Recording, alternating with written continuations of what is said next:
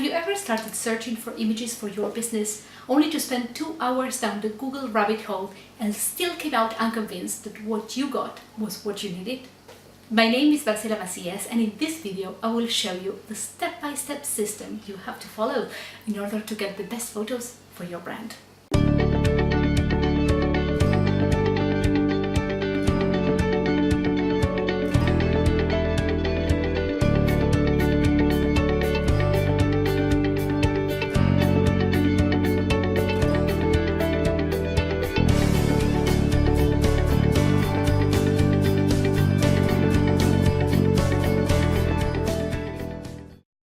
How do you know what photos will work? How do you know what works best for your brand? As a branding photographer, I have made it my mission to find out this in order to be able to better help my clients. We'll go one by one through everything you need to consider, from the basics through some deep considerations, so that you can have the confidence that you have selected the best photos for your brand. And I will explain to you why each of those items is important. I have even prepared a handy and pretty little checklist that you can use in order to select photos for your business, that you can download in the link below this video. In this first video, we will talk about the basics, and in the next 3 videos, we'll dig deep into what it takes to get photos that actually work for your business. Why begin here? Because unless you have the basics figured out, you can end up with photos that do not serve your purposes. So here is what you need to do. Number 1, you have to decide where you will use your photos. And by this I mean you need to decide exactly which platforms you are going to be using your photos in. Will you use them for your website? Will you use them for social media? And if it's social media, in which platforms? The reason you need to find this out is because it will affect a lot of other decisions. Will you use your photos in your website? Will you use them in printed material? Will you use them in social media? If you think you will use them only for 1 or 2 social media platforms, I want you to think whether this year you are looking to expand into other social media places. If you think you will only use them for one thing and you cannot really think of anything else, I recommend that you check this video that I did where I show you ways to expand the usage of your photos. Check this video out. Look for ways in which you may use also your images that you had not thought about it, and make a list of what you would like to do with them. Just to spark your imagination, here are some of the uses that you may want to give to your images. Web design, graphic design, for your web and for social media. You can use them for link magnets, for memes, for promo material. You can use them for Facebook ads, for Google ads, for blog ads, for printing material, for branding collaterals, from office decor by printing them and putting them as background for your videos. Check everything out and decide how you want to use each of your images before you move forward. It is better to know exactly how an image will be used before investing, to make sure that that image serves all those purposes.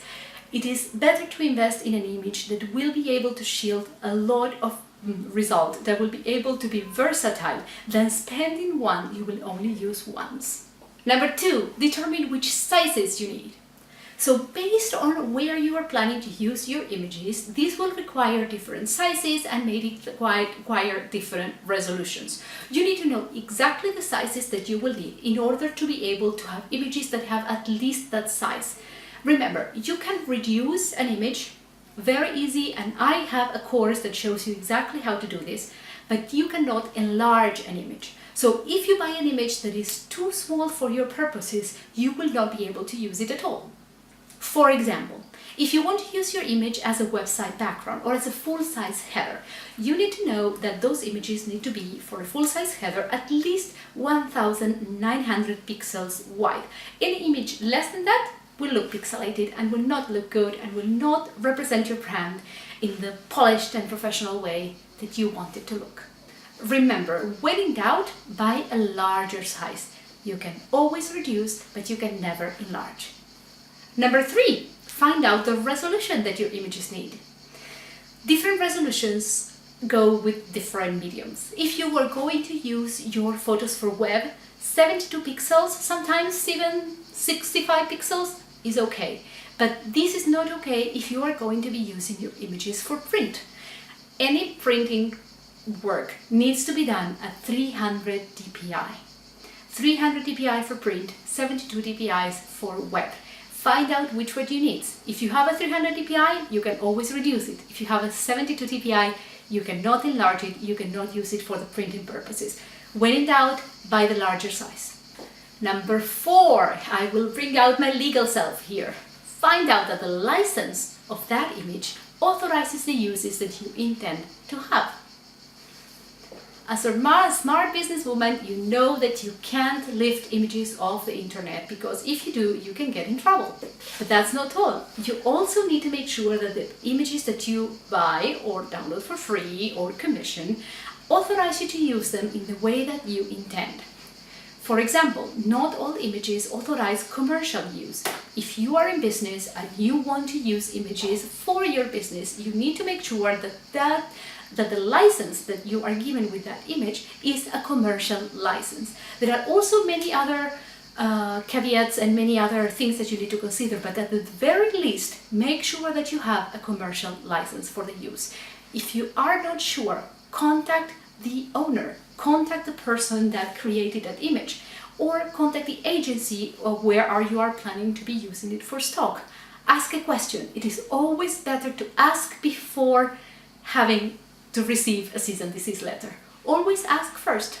Ask what you're planning to use it for and allow them to tell you yes or no. That way you can be 100% sure that your usage of that image is legal. If you are using images from a free site, always download and keep safe the license that you downloaded it with. And if you're using a Creative Commons image, always make sure that it authorizes commercial use. And this is all for this video. Tomorrow we will go deeper, but for today, decide where you want to use the image, make a note of the sizes and the resolutions that you need, and make sure that the licenses are always authorizing the uses that you intend. I'll see you tomorrow with another video when we'll start to really dig deep. Bye bye!